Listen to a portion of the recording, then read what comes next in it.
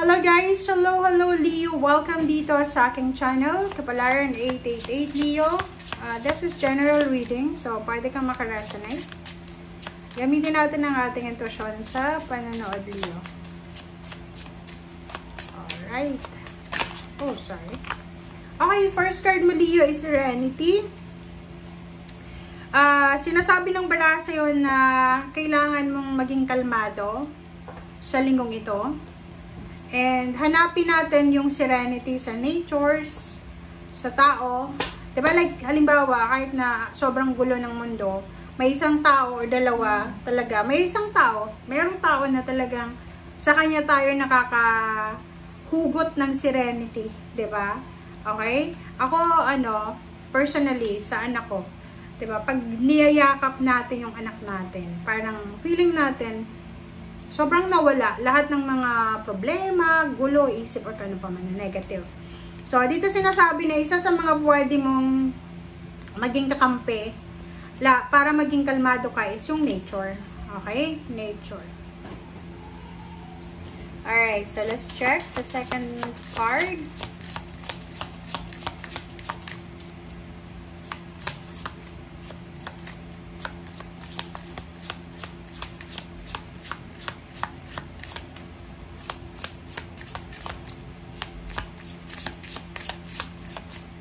Okay, Leo.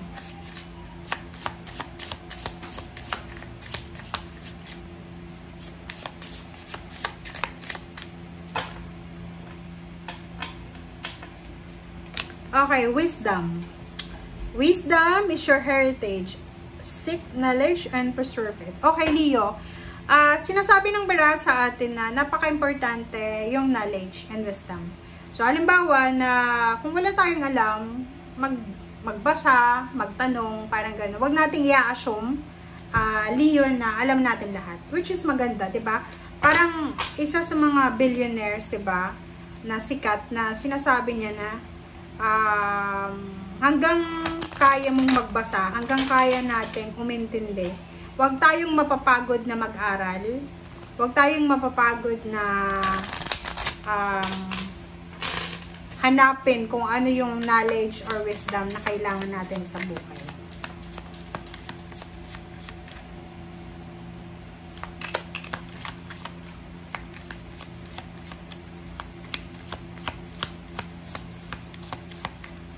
Alright. Leo. Okay, number 32, 5, and number 9, number 8. This one is mountain, diba? Bundok siya. Eto, sinasabi ng barahan na mag-iingat ka, Leo. Nakakaloka yung mga messages nyo. Alam nyo ba, water sign, Pisces, Scorpio, and Cancer, ikaw na Leo, kasama ka dito. Mag-iingat ka daw kasi possible na magkaroon ka ng kaaway, ka-misunderstanding, ka-competition, ano pa ba? Pwede kang magkaroon ng kasagutan sa linggong ito. So, mag-iingat ka. And number 9, Ace of Pentacles. Dito sinasabi na mag-iingat tayo. Okay? Kasi there's a bird here. Mag-iingat tayo kasi yun, there's an enemies. Okay? Na posibleng parating na malapit lang sa'yo. So, mag-iingat tayo. Okay? And may mga evil eyes, may mga evil spell na kailangan natin kontrahin yun. Napakasama naman ang mga taong yan. Sino-sino ba yan? So, basta this week, sinasabi ng bara sa'yo na ingat-ingat tayo. Okay? Ingat tayo sa mga taong pagkakatiwalaan natin. Okay, Michi. Okay, Justice and the Stars. Wow! Leo, congratulations. Okay? Congratulations sa'yo. It's because there's a justice. There's a karma. There's a good karma coming.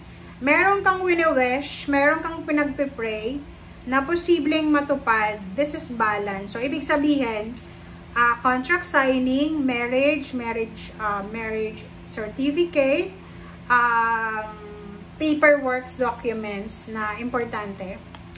Valuable, parang ganun. So, may good karma na paparating sa buhay mo, Leo, na eto talaga yung matagal mong pinapangarap. So, it's either anak mo yan, ikaw. So, nakikita ko sa'yo dito na papabor sa'yo ang finances ngayon, yung financial, kasi babalansi ang lahat ng imbalance sa buhay mo.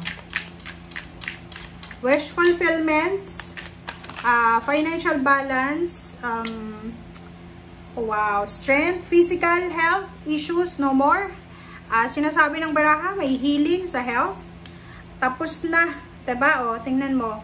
There's a transformation about your health, about your relationship, about your dreams, about paperwork, documents, or anything. So, sinasabi ng baraha sa'yo na be happy, be contented, kasi unti-unti nang natutupad Leo yung mga pangarap mo. Kung ano man yan na pinagtrabahuhan mo na yan, unti-unti nang matutupad yan. Okay? There's a celebration coming. This is reunion, family celebration, birthday celebration, wedding anniversaries, wedding, homecoming. Ihanda mo yung sarili mo kasi masaya to eh. Okay? There's an opportunity na possible na ma-met mo yung mga kaibigan mo from elementary. Yun lang. Diba? Mag-iingat ka din kasi tatlo to eh. 1, 2, 3. 3 cards ang nagsasabi na posibleng mayroong tao dito na masama yung ugali niya, masama yung nasa isip niya, na pwede kanyang i-scam sa usaping pera, pwede kanyang nakawan, pwede kanyang sirain sa, like for example, kung may business partnership to, posibleng masira yung partnership and collaboration because of certain individual. So, tingnan mo siya. If ever na meron kang okasyon na dadaluhan sa linggong ito, sinasabi ng baraha sa'yo na kinakailangan mong mag-iingat kasi sa okasyon na yan, sa selebrasyon na yan, mayroon ditong isang tao, maybe, siya, air signs, Gemini, Libra, and Aquarius, and possible siya na pag-isipan ka, alright, pag-isipan ka na sirain, pag-isipan ka na scam, pag-isipan ka na gawa ng issue. So, yun yung kailangan nating i-avoid. Okay? And be serene. Yun nga sabi dito sa'yo, hanapin natin yung serenity. Maging, tayo, big person ba? Okay? Kasi, pero alam mo, yung possible na events na to, yung parang payabangan, like mga reunion sa school, or sa kung saan pa man, na makikita mo na yung dating kinaiinisan mo, andyan siya. So, mag-iingat tayo. Lalo na sa pera, mag-iingat tayo sa pera. Okay? Kasi pwedeng marami kang pera, marami kang ipon, yung bags mo, yung wallet, o yung Gcash mo, or kung ano pa man. Ingat-ingat ka kasi there's someone here na possible na pag nakawan ka or pwedeng guluhin ka. Okay? Thank you guys. Bye!